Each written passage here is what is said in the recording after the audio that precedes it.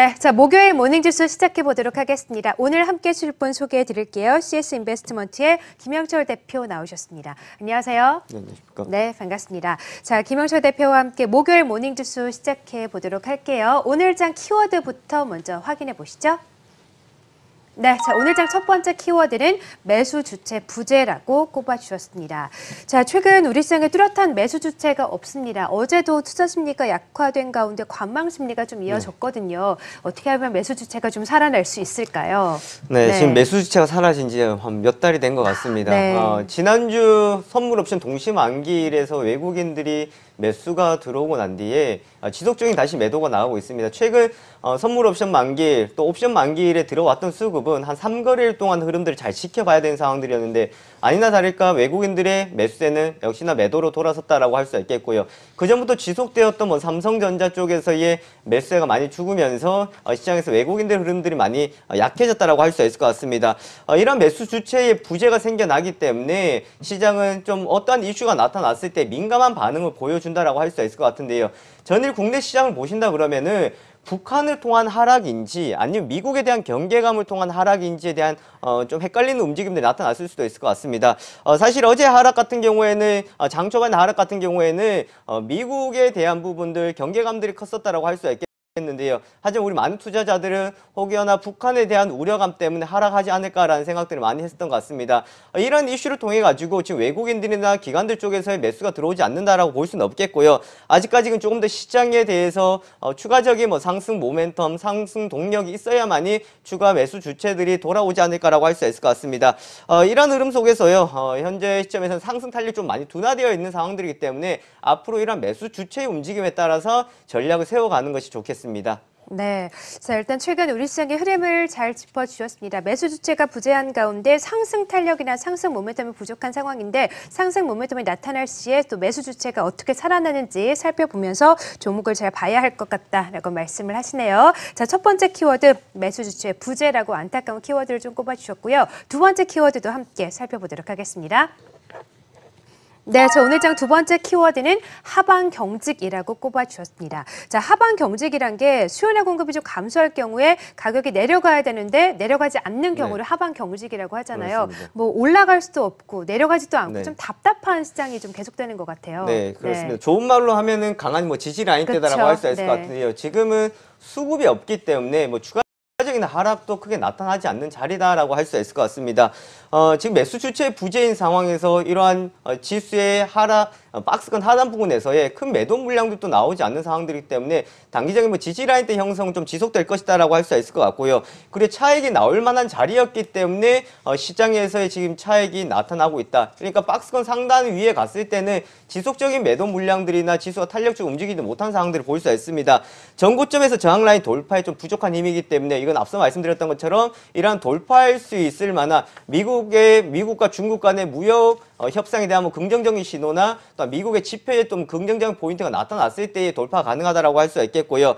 미국의 지금 상황들을 우리가 좀 관심을 가지는 것은 결국은 국내 시장 같은 경우에는 미국의 영향을 많이 받는 상황들입니다. 네. 그래서 이러한 부분을 통해서 우리가 강한 지지 라인이다라고 생각하기보다는요. 지금 또 미국에서 나타났던 부분들, 뭐 미국 보잉 게이트에 대한 우려감이 나타나고 있는 상황들인데 뭐 이러한 부분에 대해서 큰 이슈가 없다 그런다 그러면은 현 시점에서는 하방에 대해서는 좀 경직된 모습. 그러니까 그만큼의 수급은 많이 줄어들어 있지만 박스권 하단은 유지해 줄 것이다라는 것이 가장 큰 포인트라고 할 수 있겠습니다. 네, 자 일단 우리 시장 하방 경직이 좀 강화되는 가운데 마땅히 좀 저항선을 돌파할 힘이 없는데 그런 저항선을 돌파하기 위해서는 미중간의 무역 협상 좋은 분위기가 나온다거나 미국의 경제 지표들이 좋은 모습을 보일 때 또 저항선을 돌파할 수 있으니까 그 여부를 좀 살펴볼 필요가 있겠다라고 하시대요. 자, 두 번째 키워드까지 모두 살펴봤고요. 마지막 키워드 보겠습니다.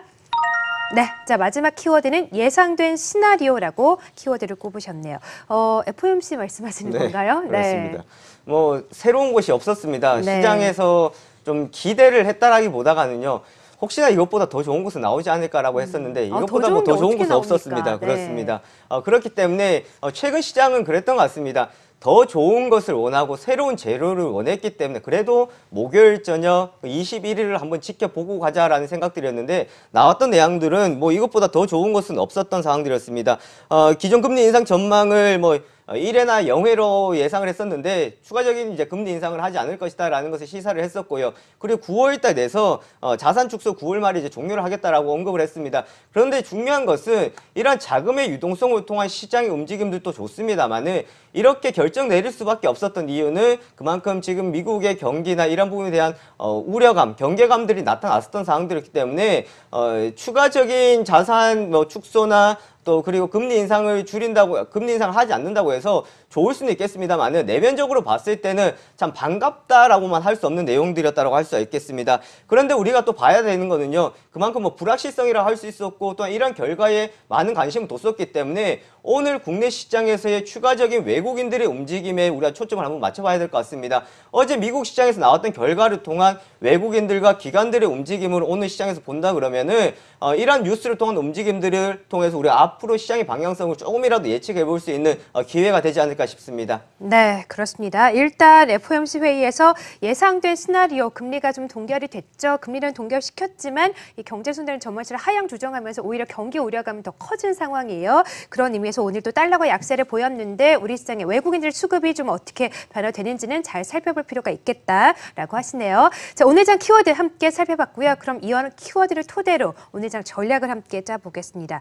자, 최근 시장이 참 답답합니다. 네. 박스권 장세 속에서 뚜렷한 상승 모멘텀도 없고 종목별 차별화 장세만이 나타나고 네. 있는데 어떤 전략을 가져가야 될까요? 제가 계속 지금 수급이라고 이야기를 하고 네, 있는데요. 수급이 중요하군요. 네, 네. 그만큼 지금 수급을 확인할 수밖에 없는 시장이다라고 할 수 있을 것 같습니다. 네. 자, 지난번 시간에서도 지금 좀 자신 없으면 박스권 돌파하고 난 뒤에 시장이 회복되는 것을 보고 접근하자라는 말씀 드렸었는데 사실 개별 장세기 때문에 우리가 투자자들 생각했을 때는 시장은 계속 움직이는 것 같습니다. 하지만 하나의 종목인 하나의 업종들이 움직이고 다음날 또 다른 업종, 다른 종목도 움직이기 때문에 겉으로 봤을 때는 시장의 움직임들이 탄력적으로 움직이는 것 같으나 실제적으로 봤을 때는 상당히 시장에서는 좀 어려운 흐름들이 나타나고 있다라고 할 수 있겠습니다. 그래서 외국인 기관들이 움직임 이후에 접근하자라고 할 수 있을 것 같고요.